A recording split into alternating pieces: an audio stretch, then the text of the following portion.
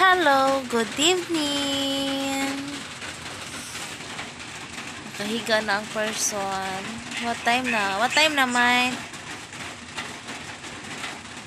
What, May? May, what time na? 9:56? Alas 10 na. Higa na kami kasi may pasok pa kami bukas. So, ulan dito.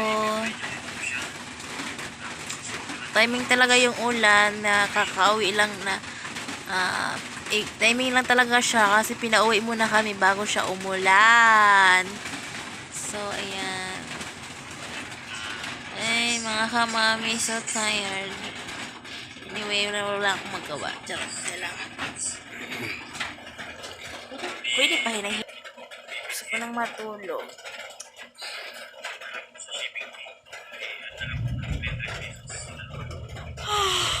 Nalaglag talaga. Ay.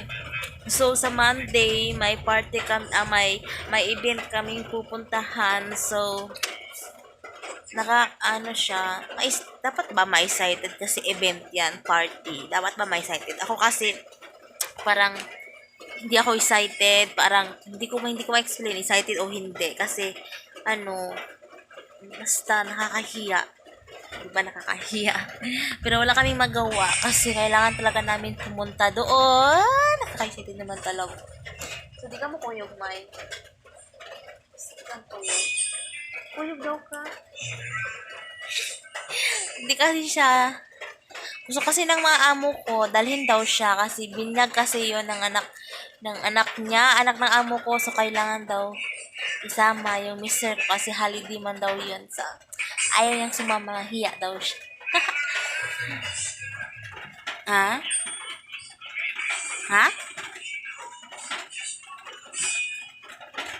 Kurma ng sambalay, guys. Ay, mga kamami, oh.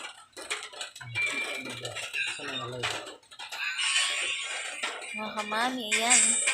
Kasi mga kamami, isa lang yung uniform niya. Kasi dalawa lang man din sa YouTube. Dalawa man sana yung uniform na. Diba, nakwento ko na sa inyo na nawala yung bag namin, nalaglag na yung nagbiyahe kami, nalaglag talaga yung bag namin. So, andun yung isang uniform niya. So, bali dalawa lang kasi yung uniform niya, kaya lang nalaglag yung isa. So, kailangan talaga kapag dalawang araw kailangan ng labahan kasi madumi na. So, wala siyang extra. So, dapat labahan talaga para kinabukasan pwede pa niyang magamit. Kaya, ayan, pinalit-litpanan para matuyo siya. Diba? Para matuyo siya. Okay. Pag hindi wala siyang suotin tomorrow morning. So, tulog muna ako kawawi kasi may pasok pa ako bukas. Hello mga kamami, good morning. So, yan. Kakagising ko lang at 4:20 na ng morning. Hindi pa matulog. Kailangan kong magising kasi mamalansya pa ako eh. So, yan. Just na ako nakatulog kagabi. Alas 10. Kailangan ko na itong ihanda para sa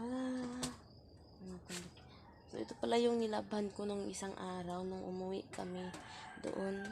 So ito yung nilaban ko. So, hindi ko pa siya natupi kasi busy talaga. So anyway, baka maglagay lang ako ng time para matupi ko yan. So, ang sarap pa matulog. Pero kailangan kong magising maaga para kailangan ko pumasok sa trabaho. Babawi na lang ako kapag wala akong pasok. So, anyway, karon, tsaka ngayon, kailangan ko munang tiisin na. Look at that, oh. Malaki na lagay yung mga eye bags ko dito. Ganyan talagang mahirap. kailangan gumising ng maaga para kumayod, para makahanap ng pangbili ng pagkain. Kung hindi, walang kakainin. Ako. Kaya, laban lang. Hindi ako susuko. Ay, kakayanin ng lahat. Lahat. Charot. Kahit inantok pa ako, kakayanin. Yun na naman, namamaga pa yung aking mata dahil siguro dahil sa antok. Gusto ko pa matulog kasi alas 4 pa lang. Pero anyway, bakit kaya ganun kapag may pasok ka, ang sarap hindi bumangon ng maaga, ang sarap hindi magising. Pero kapag wala kang pasok, bakit ang aga-aga gising na ako?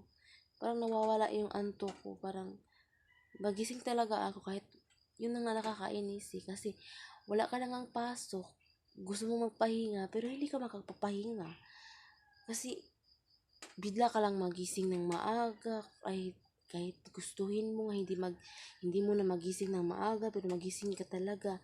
Pero kapag may trabaho ka, kahit hindi mo gustuhin magising, kailangan mo talagang pilitin sarili mo para gumising kasi may pasok. Ano ba yan? Parang baliktad naman yung mundo. Diba? Hindi naman tayong talagang magawa sa buhay eh. Pero ayaan mo na lang eh. Ganyan talagang buhay. Medyo sakit na naman yung aking eyes. So ihanda ko lang yun, mga damit niya. Kasi marami pa akong gagawin. Baka malito na naman ako mamaya. So, yun lang. Bye. Good morning.